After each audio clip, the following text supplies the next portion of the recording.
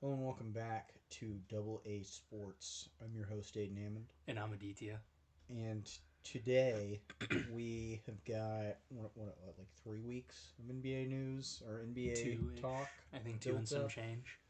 We're going to hit some teams that maybe should be starting to panic now that we're getting, within like month or 6 weeks of the All Star break. We're also going to hit some potential trades for a certain player to be named later. And what's the other stuff we got?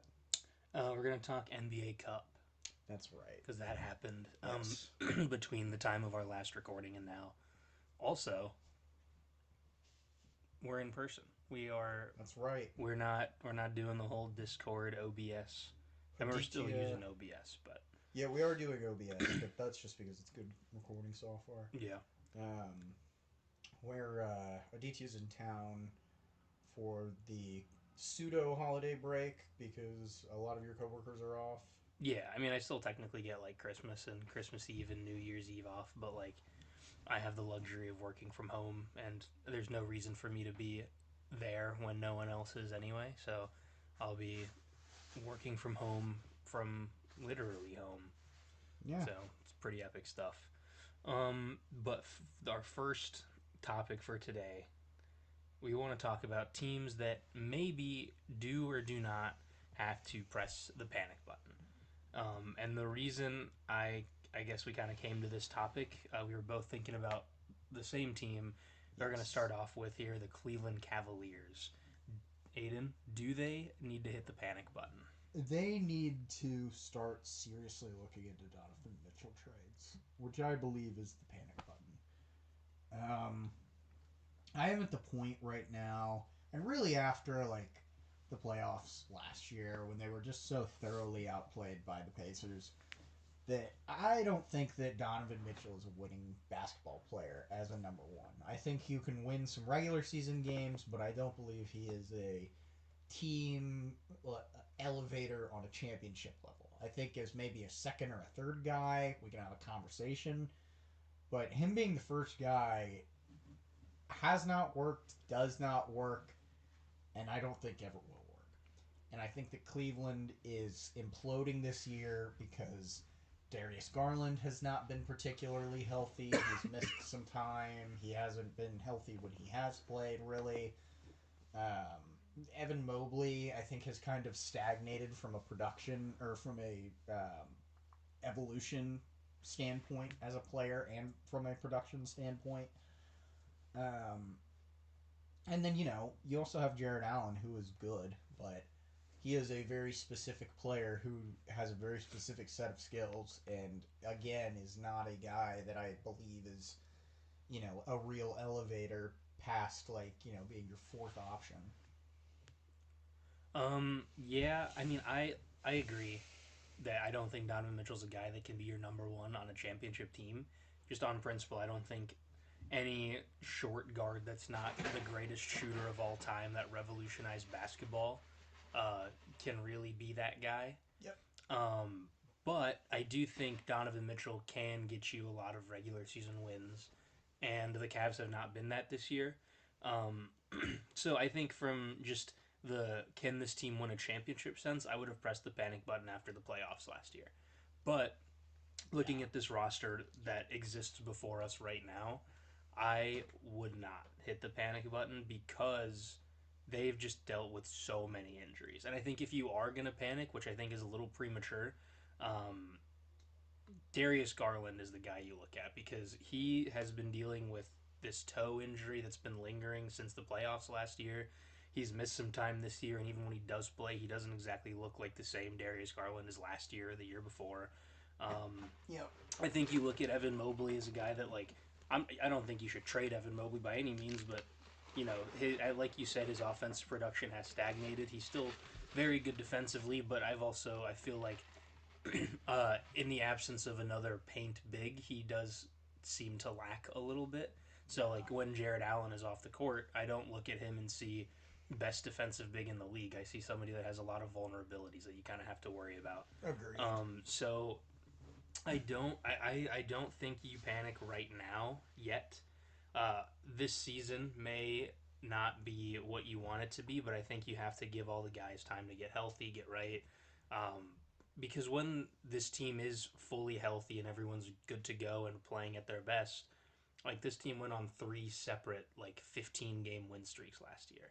Right. So I think from a winning games standpoint, I wouldn't panic and make any trades right now. But also, if you want to win a championship with this team, I think you got to make a lot of trades. Yeah. Agreed. All right. What was the next team you were gonna hit? The next team is the Golden State Warriors. Now the Warriors are currently 14-15 and eighth in the Western Conference. So they're sort of a combination of where we thought they were going to be because I thought they were going to be. The West has been kind of worse, I think, than we thought this year. Like a 14 and an under 500 team being the 8th seed in the West feels kind of weird, and that'll probably even out, and there will probably be, you know, some win streaks by teams, and it may be more competitive in March or April. But right now, the Warriors being kind of bad, but still also the 8th seed is like, well, they are kind of bad, like you said, but they are still in the playoffs, like what I thought. Yeah. So, one thing that I'm thinking about this team is Steph Curry's playing out of his mind. Mm-hmm. He has been maybe the MVP this year. If the Warriors were like the 5 seed or the 4 seed, I think he'd be getting a lot more discussion about it. But he has been absolutely unreal for a large portion of this year, and the Warriors are still not winning games. I'm just kind of at the point where, like, yeah, you were right. Like, this team is not deep. They do not have a whole lot of offensive firepower outside of Steph Curry. Like, when Butler's on, it's pretty good. When Kaminga's on, it's pretty good. But if those guys aren't on and it's just the Steph Curry show, there's not a whole lot of other offensive production happening outside of him. Yeah. So I think that this team is going to be exactly what you said, which is hamstrung by Steph Curry's health because clearly they're running a lot of it, a lot of their offense, a lot of their, transition play through Steph Curry. Yeah, I agree. I if I'm the Warriors, I am panicking right now because they have in an attempt to I guess extend this dynasty limited their options outside of it. Yeah. They don't really have a whole lot of young assets. They still have their draft picks, I guess, so you can try to make a splash or whatever. But they don't like Steph Curry is this team. And I think, last season we were looking at this team saying they need a co star, somebody that can play with Steph Curry. They went out and got Jimmy Butler, and for like the, 20 games or whatever that Jimmy Butler played for them at the end of last season before the playoffs, he looked really good. Yeah, and they won like 15 of them. Yeah, That's and they important rallied too. to make the playoffs. And then this year, Jimmy Butler's kind of back to just being himself, which is a guy that's really good, but also just doesn't really put full effort into the regular season. And Mm-hmm. you just need more than that. And you're not you're not really getting much out of your role players either, right? Like Draymond Green isn't going to be a guy that's getting you 15 points a night, but he plays his role well. But his role is heavily dependent on the guys around him also being very productive. And you're not getting that out of Pajemski. You're not really getting that much out of Moses Moody. Buddy Hield has not been shooting it well. Jonathan Kaminga is a healthy scratch at this point. He's after his whatever his knee injury was. He's really just not been part of the rotation, and they really needed that.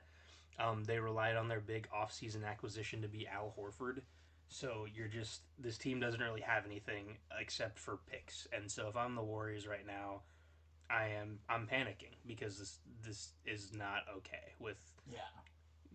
their given team, and I'm definitely looking at those future first round picks we have, and I'm saying, look, if 36-year-old Steph Curry is still playing like this, the window is still open. Like you can win a championship.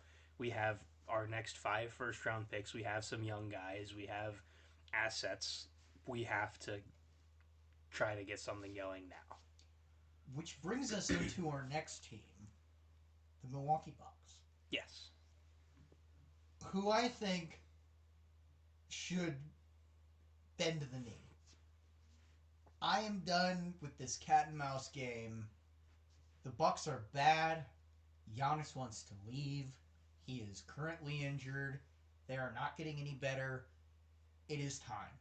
They need to trade him, and they need to go to a team like the Warriors that is incredibly desperate and will forfeit 4 of their next 5 first-round picks, and Podziemski and Kuminga and maybe Jimmy Butler, and just say, like, we want all of it. And you could have Giannis in exchange because they need to strike while the iron is hot. He wants to be gone. His value will never be higher than it is right now. His value is already down from where it was 3 weeks ago before he was hurt when he wanted to be traded already. Yep. So you need to strike while the iron is hot. It's not down that much. It's just like he got hurt, so obviously it's down a little bit. But like you can still get 4 first-round picks and 2 young players or whatever you want from Giannis. Go to somebody that's desperate, figure it out, put your franchise in a good position and move forward. This is less about being like, oh, we thought the Bucks were going to be good. Like, what do they need to do to figure it out? No, the Bucks. We know what the Bucks need to do to figure it out. The Bucks need to go out and get assets for the player that does not want to be there and is worth so much. Yep. Yeah, I agree. It's time to it's time to move on from Giannis. We already made a whole video about that, like, 2 weeks ago, so I'm not going to get into it too much, but I agree. The next team on our list is the Orlando Magic. The Magic are currently 16-12 and the 5 seed in the Eastern Conference. Now, this team might be a little shocking to you that they're on this list, but the 5 seed, I had them as like the 2 seed coming into the season. I think Aiden had them 3 or something like that. Yeah.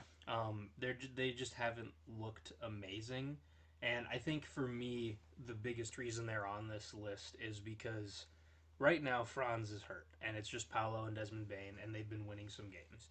And when Paolo was hurt and it was just Franz and Desmond Bane, they were winning some games. But when all 3 of them were on the court together, they were losing most of their games. Yes. And that is kind of the worrying part, is that you spent 4 first-round picks to get Desmond Bane, and when he plays with the core that you already have established from last season, you look bad. Yeah, so Orlando is tough for me because I think that they have like 3 number 2s. Like, I'm not certain that any of the guys that they have are number 1 players on a championship team, and that's not to say that none of them are good or none of them are, all-stars or even potential, like, top 10 players. Like, I think Franz and Paolo are very good, very high-ceiling guys. But we're talking about a team that is currently, 2 guys who are 22 or 23. Mm-hmm. Desmond Bane, who has never had to be anything other than a number 3 except for last year. When, John Morant was out and it was suddenly the Desmond Bane show, and people were like, oh, you can run an offense through this guy.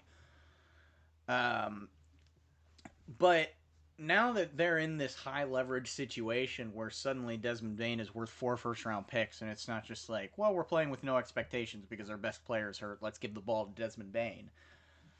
I think it's looking a little bit rough.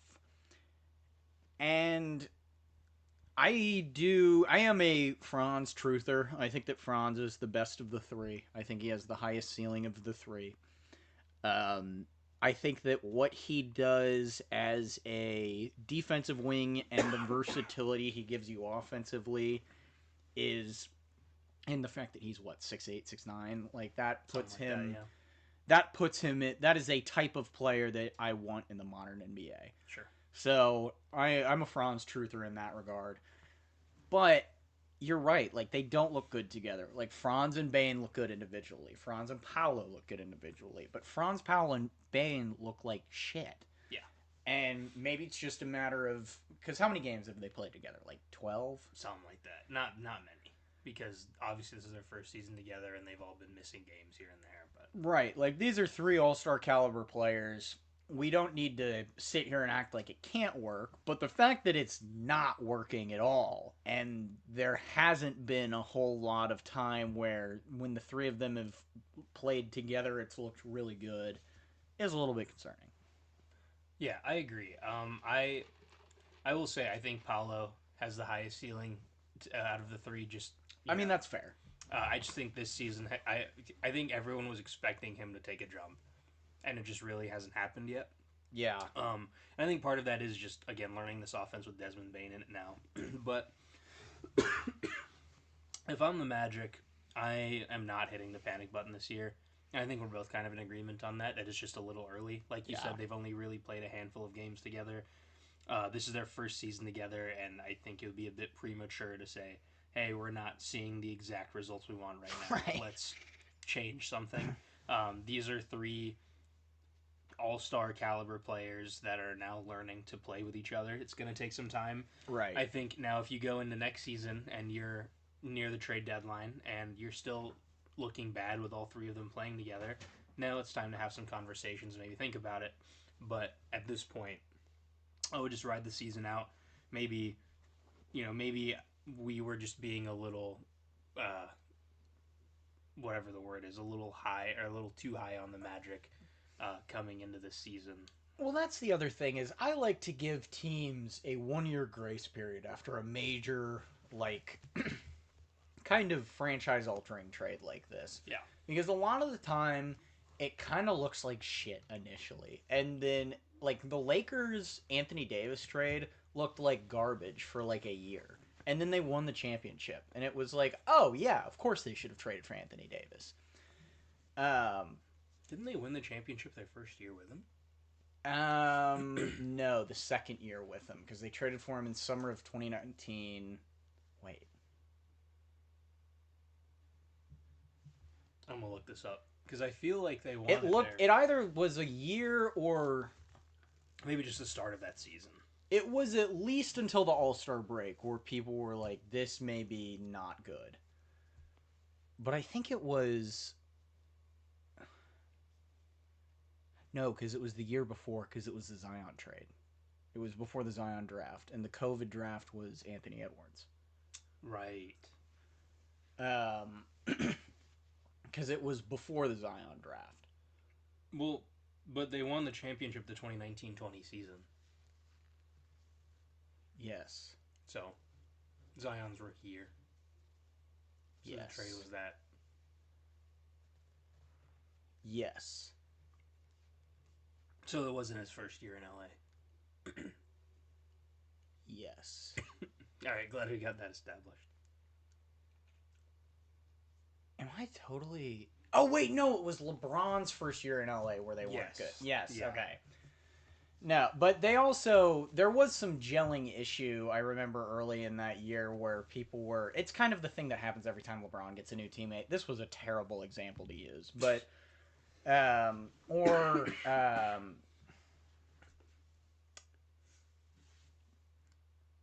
The Drew Holiday trade, I mean, they won pretty quickly after they made that, but I remember the first, like, month or so after that happened, it took a minute to gel. Yeah.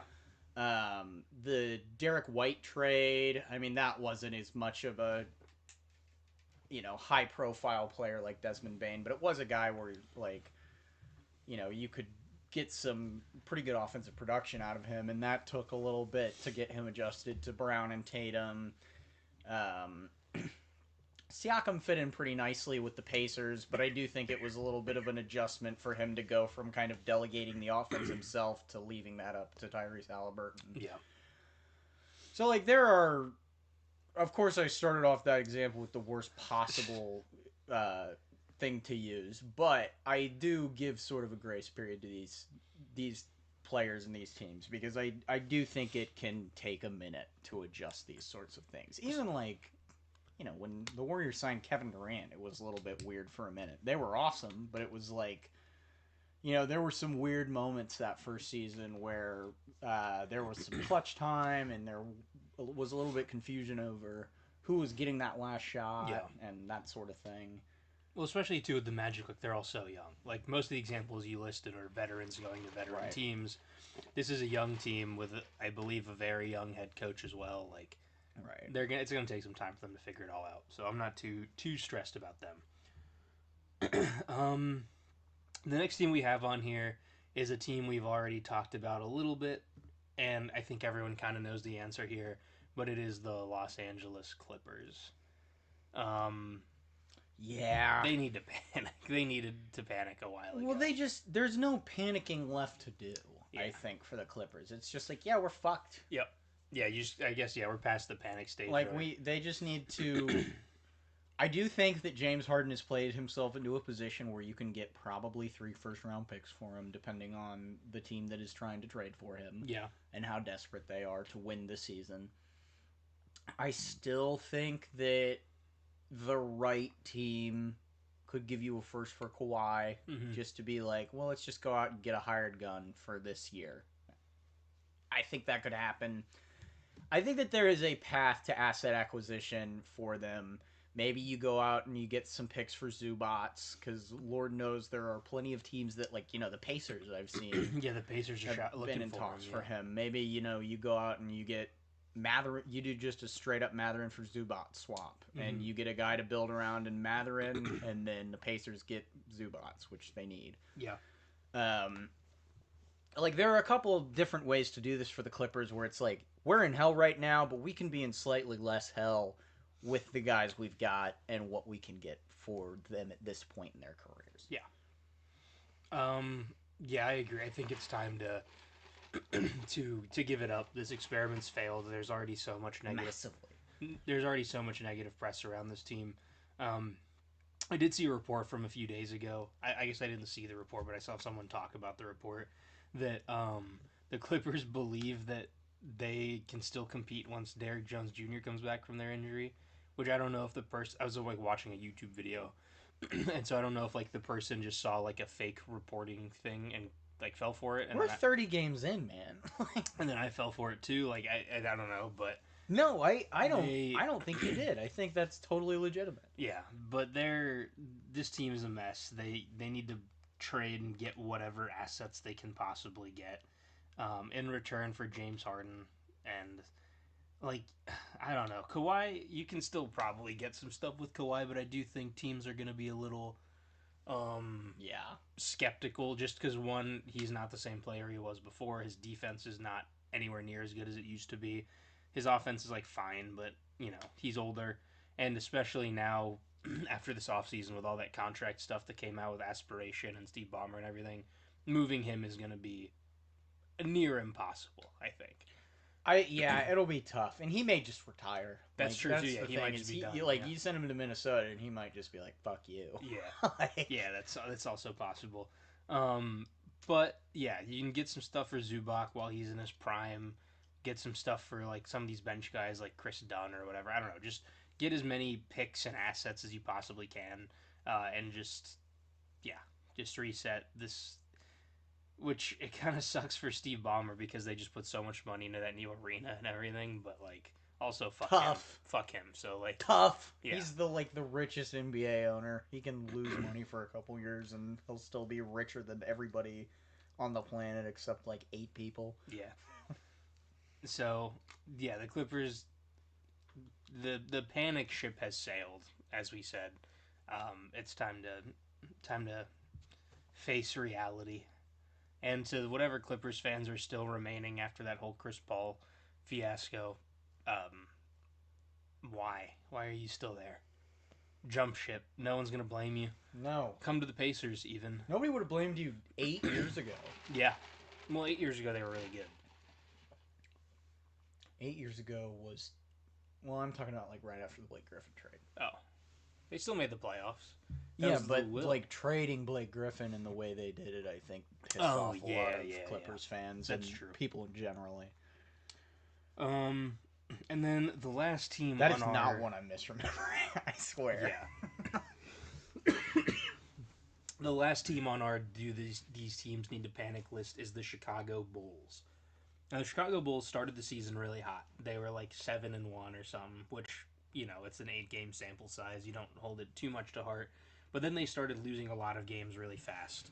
And then they kind of, I guess, have bounced back a little bit. They've won their last 3, and they're now 13 and 15 and 10th in the Eastern Conference. And the problem with the Bulls is that this is just kind of par for the course for them.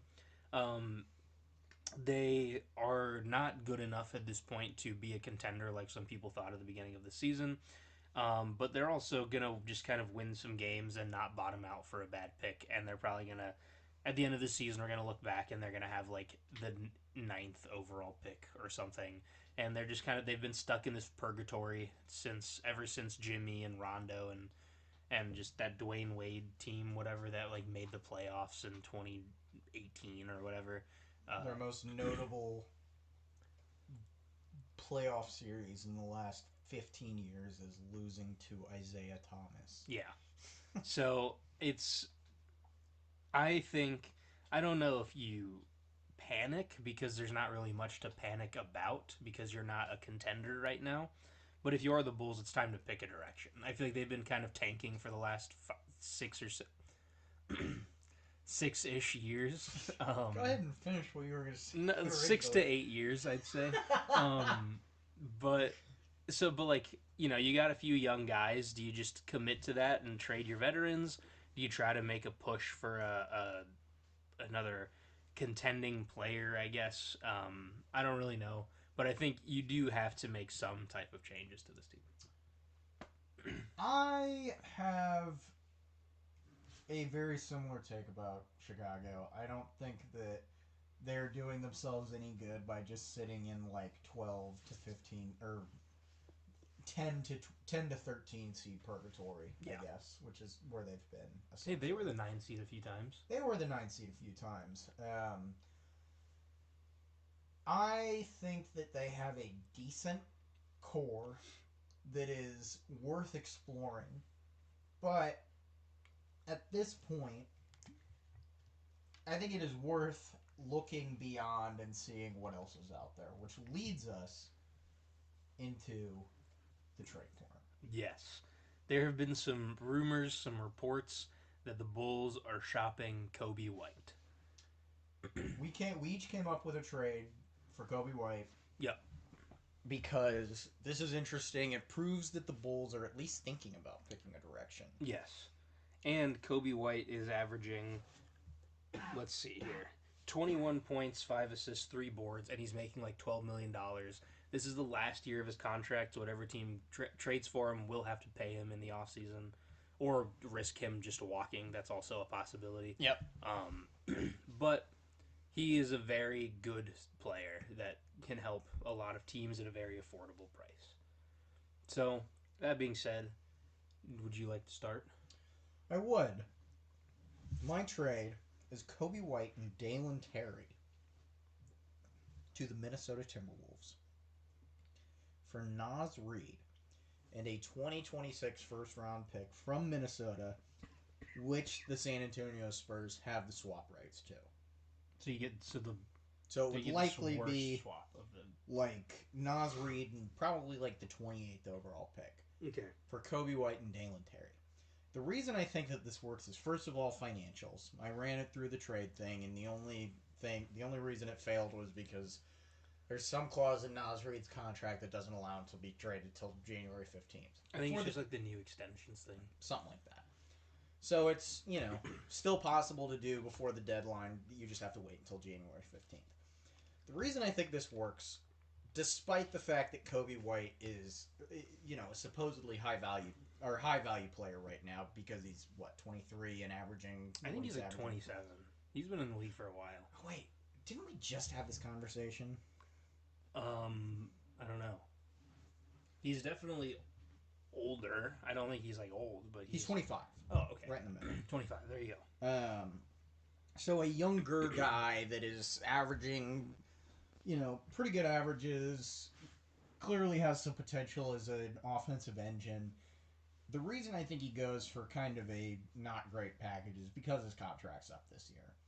And I think if Chicago looks at that and says, let's go get Nas Reed, good rotation player, and another first round pick to build with. We get something for Kobe White.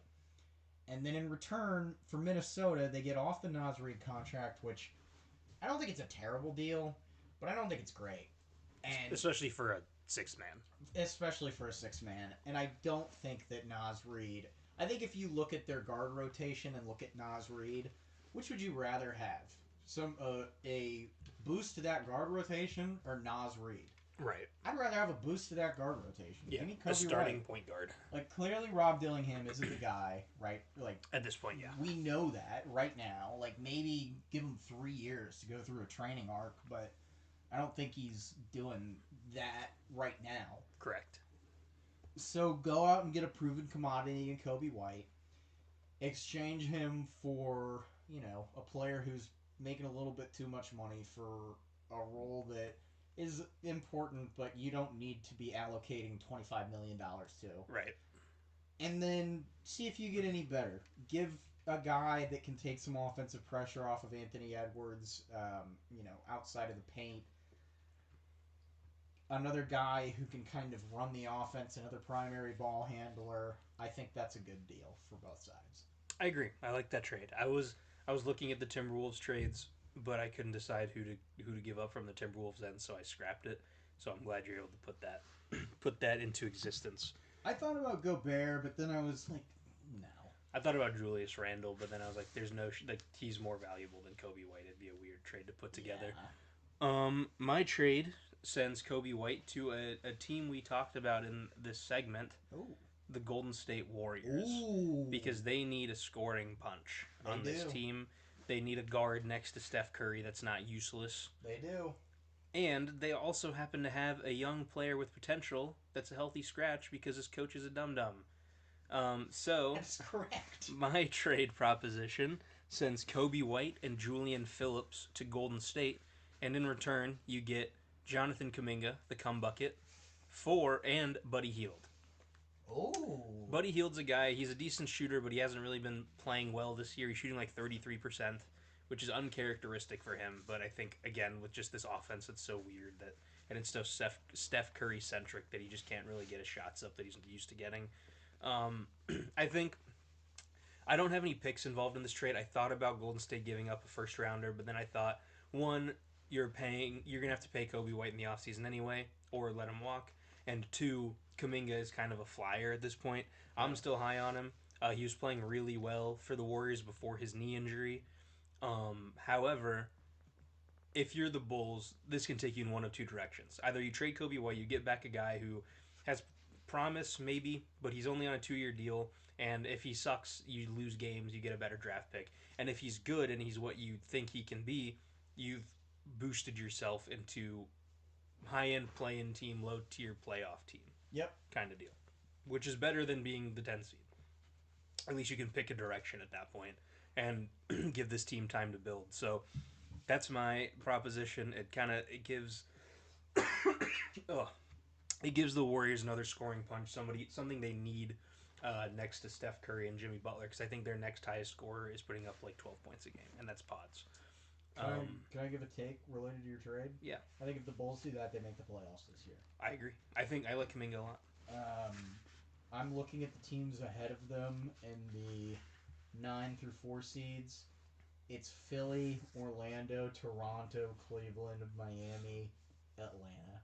Yeah. If you told me 2 of those teams fell off or just weren't as good as the Bulls, the revitalized Bulls with Kuminga and post-trade Buddy Hield, the first 6 months, I mean, you're lining up perfectly with the playoffs. Correct. Like, I think that's an excellent move. I think it gives Giddey some more targets to kind of get involved with offensively, which he has done well with Kobe White.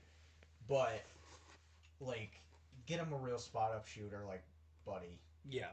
Get him another, guard or forward that can kind of mix it up like Kuminga. Like, I think you're kind of cooking with gas if Chicago does that. Yeah, and I like the wing pairing between Kuminga and Matas. I think they play similar styles. You can move Matas to the 4. He's been playing really well over the last few games. I think he had like 28 and 25 in his last 2. Yeah.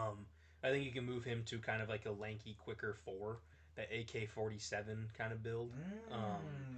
Have Kuminga run the 3, then you have Kevin Herter / Buddy Hield at the 2, Josh Giddey at the 1. You still have Vooch. Like it's like they could jump up to like the 5 seed in this Eastern Conference. Like they could be, if Kuminga is, you know, shows the potential that he's shown in flashes in Golden State, like that team could put something together. Yeah. So yeah, that's my trade. You think about it, Jonathan Kuminga is kind of like the Gohan of the NBA. Yeah, he just hasn't had his potential unleashed yet. Yeah. He's got to go into the. Every time he gets angry, he scores 20 points. Yeah, he's got to get into the time chamber. Yeah, he does. Get in the time chamber with Josh Giddey. Don't go anywhere with Josh Giddey. Yeah, I was gonna He's say. a freak. Kuminga's gonna end up on a milk carton. He goes into the hyperbaric time chamber with Josh Giddey. What? Oh, you don't know that reference? No. Oh, it's like in the 80s they used to put missing kids on milk cartons. Oh. To be like, hey, this kid's missing. Have you seen him? People would be like, no. Sure. Or they'd be like, yeah, sometimes. Yeah. I didn't know that, though. Yeah. All right, next up on the agenda, let's talk some NBA Cup stuff. Ooh. We had 2 main talking points, I guess, for this. The first one is that Wemby's back. On a minutes restriction, but he's back. He is like a mythical being.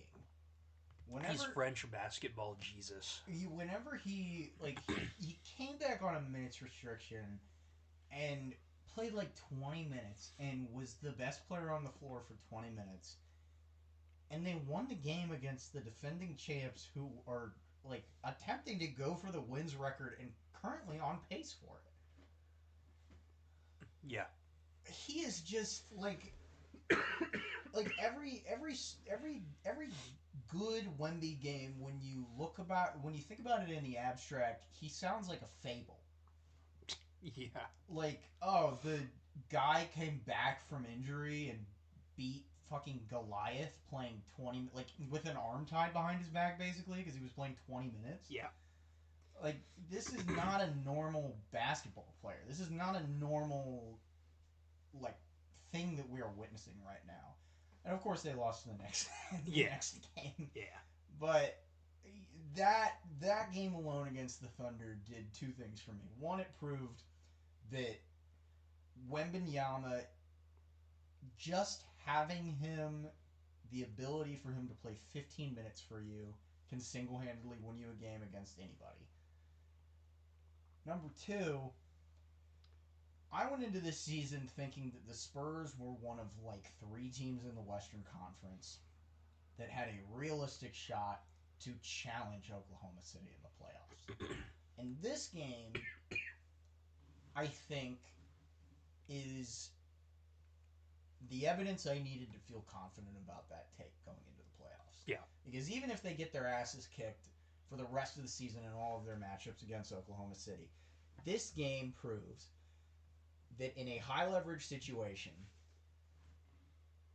while injured, which hopefully he won't be in the playoffs, you can play Victor Wembanyama and Stephon Castle and De'Aaron Fox and Devin Vassell and Keldon Johnson and Dylan Harper, and you can win a basketball game against a team that has this year looked unbeatable. Yeah. I mean... And while we're on the topic of the Thunder, they have lost 2 of their last 3. They have lost 2 of their last 3. They then lost, like, a couple nights later to Minnesota. Which, what a last 2 minutes. Oh, my gosh. That was incredible. Great game. Yeah.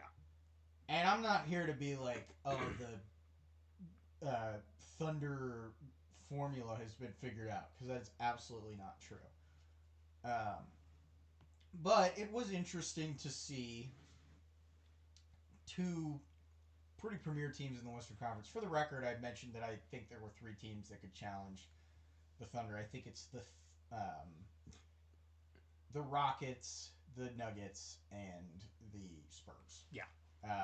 The Timberwolves are kind of on the outside of that bubble, though, where it's like they could give them a good first-round series. You just need specific things to fall in place for the Timberwolves to win a game. Yes, exactly. And I also do think that Anthony Edwards really wants to just beat Shai Gilgeous-Alexander on a national TV stage. I think he enjoys doing that. I agree. I think it's turning into a little bit of a rivalry there. It is, and I'm enjoying it because Anthony Edwards clearly believes he is not only the best player in the NBA right now, but like the best player ever. And Shai is, I think, obviously the best player in the NBA right now. I'd give it to Jokic. Yeah, I mean, it's hard to be like, no, but I give Shai the edge just slightly because he's just such a freak scoring. Do you want to talk about freak scoring, brother? Nikola Jokic is true shooting 71%. Yeah, I mean, that's the thing is, like, every time you mention something good that another player is doing, it's like you can look at Jokic and be like, yeah, he's doing basically the same thing. Yeah, I'm also I'm a D1 Jokic glazer. Yeah, but I am too. I think the thing about Shai for me is that he makes me feel things as a basketball watcher. You get horny when you watch Shai. No, it's more like the pure hooper thing, where it's like when you watch Kyrie or Kevin Durant and you're like, oh yeah, this is closer to an art form than just basketball. And Nikola Jokic is like radically efficient. You just think Shai has aura. I mean, I don't think he does have aura. Yeah. But it's like I think he plays very beautiful basketball. He's also just like, he's just so sexy. No, stop saying that. That's what Aiden was. He's averaging like 35 points a game. Like he is a analytics darling, almost in the same way that Jokic is. It's just like Jokic's advanced analytics are all like his on-off box plus minus LeBron score is 85 points higher when he's having like the most on the efficient floor than season off of all the floor. time, and you're nerding out about some bullshit. I'm not. I'm saying that he is an incredible basketball player who has incredible statistics, and Shai Gilgeous-Alexander has almost as good advanced analytics. I think if and when Jokic wins his next MVP this year and the Nuggets win the championship, it's time to have some serious conversations about him in the top 10 all time. So I don't disagree. I heard Max Kellerman talking about this. I think he's pushing my top 10 right now. So me too. If he wins another championship, Finals MVP, or another MVP, it's hard for me to not throw him in there. And then the last thing on the docket for today. This isn't really anything major, just a little piece of news. Jason Tatum will play this season. That was the report. Will, no doubt, play this season. I'm excited for that.